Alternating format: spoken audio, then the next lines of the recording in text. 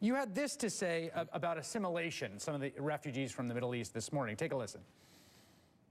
There's not assimilation taking place here, and no one has shown me an example of people from that part of the world that have assimilated into the broader society. And so what we're about here is building a culture in America that honors Americanism. You said no one has shown me an example of people from that part of the world that have assimilated into the broader society.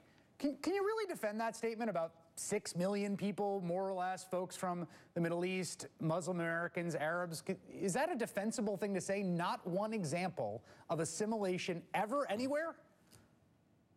Well, Chris, that's a reference to groups of people, not individuals. Of course, individuals have assimilated into the broader American society, but yet no one has shown me an example of large groups of people that have settled into America from that part of the world that have assimilated into the broader American society.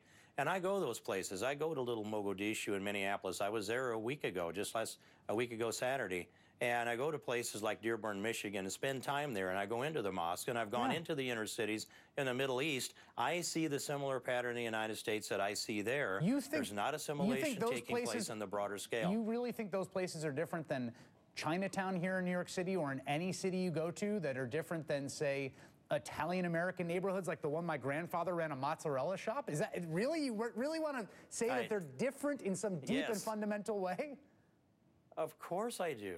They bring with them Sharia law, which is completely contradictory to the Constitution itself. So let me ask you this, Congressman. Do you think incompatible with the Americanism. Let me ask you this. Do you think fundamentally Muslims from the Middle East are incompatible with American democracy?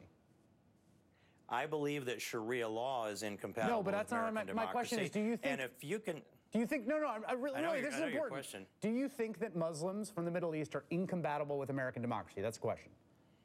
I think if they're willing to reject Sharia law, then we can talk.